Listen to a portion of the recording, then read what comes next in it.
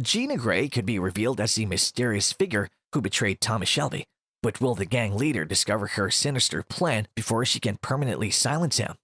Gina Gray was Michael Gray's scheming wife. When Michael was in the United States, they met and fell in love.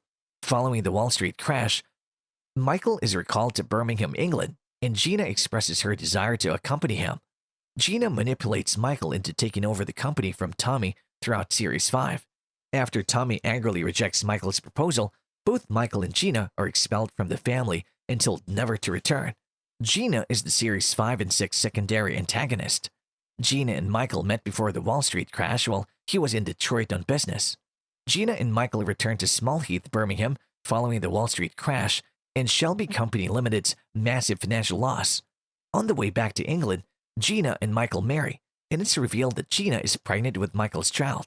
Gina is introduced to her new family upon her return to England through a fiery encounter between Michael and Polly and Arthur. She quickly falls in love with Shelby Company Limited and begins advising Michael on next steps, manipulating him to take control of the company from Tommy by shipping pure opium.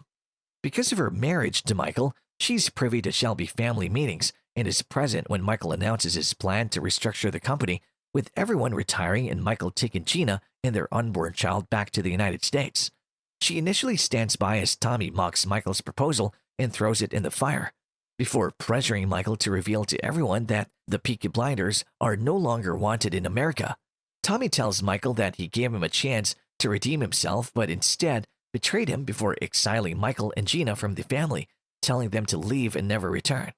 Arthur and Polly then leave, with Arthur growling angrily at Michael and telling him, "F the Americans," before Polly slaps her son across the face in anger and disgust before giving Gina a cold look and walking away, knowing full well that she's the one behind Michael's proposal. Gina then turns to Michael and says, "We have to do it the other way," implying that she and Michael will have to take over the company in another way, most likely involving her family in America. Gina is seen at Polly Gray's funeral, where she witnesses Michael swearing vengeance on Tommy. Gina has a son named Lawrence Gray by 1933 and lived in Boston with Michael. Gina visits Michael in prison after he's arrested and sentenced and demands to know why he's doing business with Tommy, or the devil as she refers to him. Michael claims he has unfinished business with Tommy and has found a way to complete it, killing Tommy.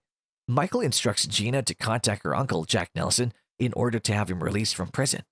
Tommy then pays Gina a visit at her home, where she can be seen drinking now legal whiskey and listening to jazz music.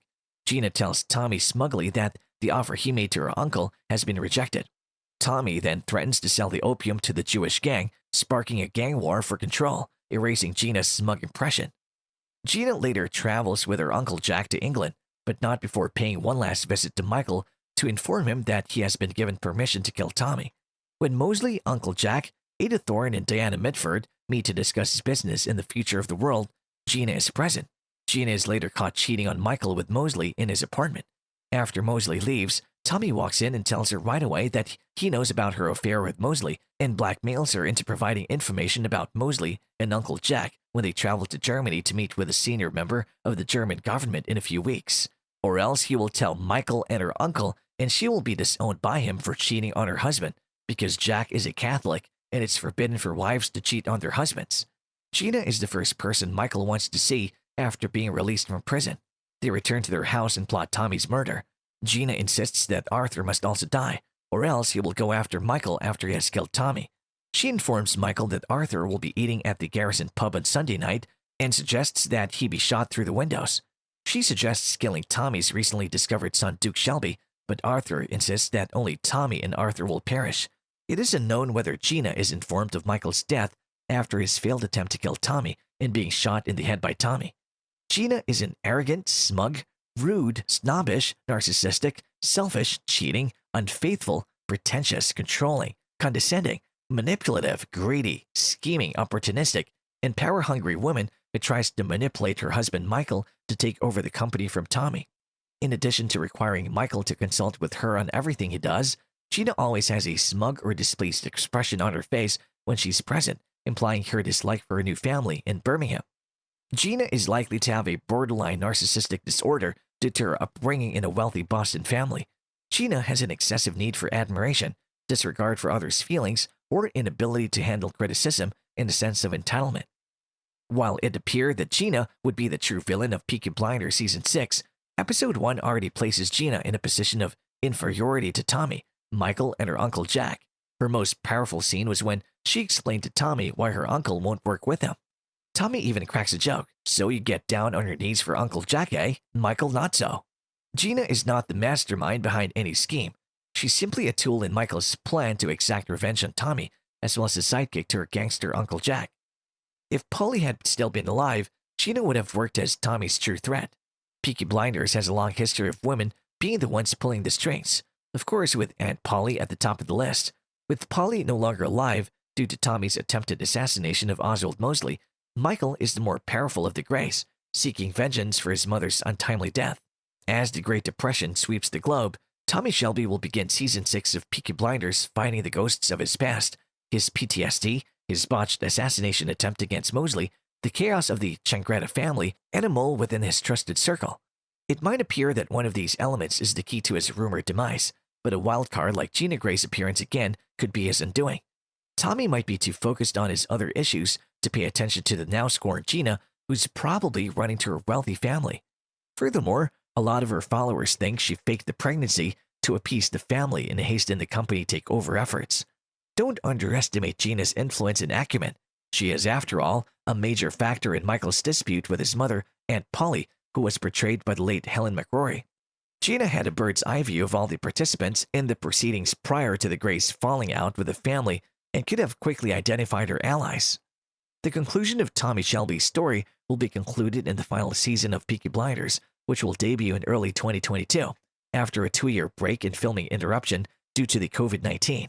Although showrunner Stephen Knight has promised a future movie about the Birmingham family, given his current situation, it might be the last time we see the patriarch. The final season will undoubtedly be interesting to watch, regardless of whether Tommy is brought down by Gina Gray's cunning, the betrayal of his inner circle, or the rise of fascism prior to World War II. Steve Knight has announced that the movie will start shooting in 2023. At the panel, Knight stated, "And then I'm going to write the feature which will be set in and shot in Birmingham," Knight said at the panel. "And that'll probably be the sort of the end of the road for Peaky Blinders as we know it," Knight said. The author, who dislikes the term spin-offs, suggested that there might be shows related to the Peaky Blinders universe. However, the author noted that Knight might not necessarily be in charge of any spin-offs because he would prefer to pass on the baton. Knight also mentions that the upcoming Birmingham film and television studio and academy he's supporting would include a program called the Second Unit, where students would gain hands-on experience on productions. This initiative would be supported by the BFI, the BBC Academy, Birmingham City University, and the Birmingham Film Academy. For far too long, Knight said, productions have taken very talented, very enthusiastic young people, paid them nothing, had them making coffee, running around doing nothing. It's a real shame. According to Knight, the studio and the academy will create a setting that replicates the circumstances under which students will actually work in their chosen fields. We can't wait to see what the movie has in store for us. And that's all for today's video. Please share your thoughts on this video in the comments below. Want to know more things about the Peaky Blinders or Tommy Shelby? Then subscribe to our channel for more such exciting content and latest updates. See you in the next one.